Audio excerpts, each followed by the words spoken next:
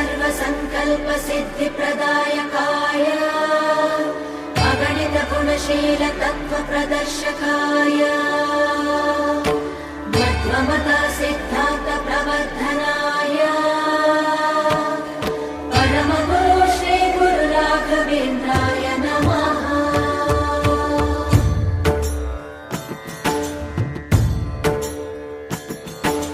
पूज्याय राघवेन्द्राय सत्यधर्मरताय च भजतां कल्पवृक्षाय नमतां कामधेनवे।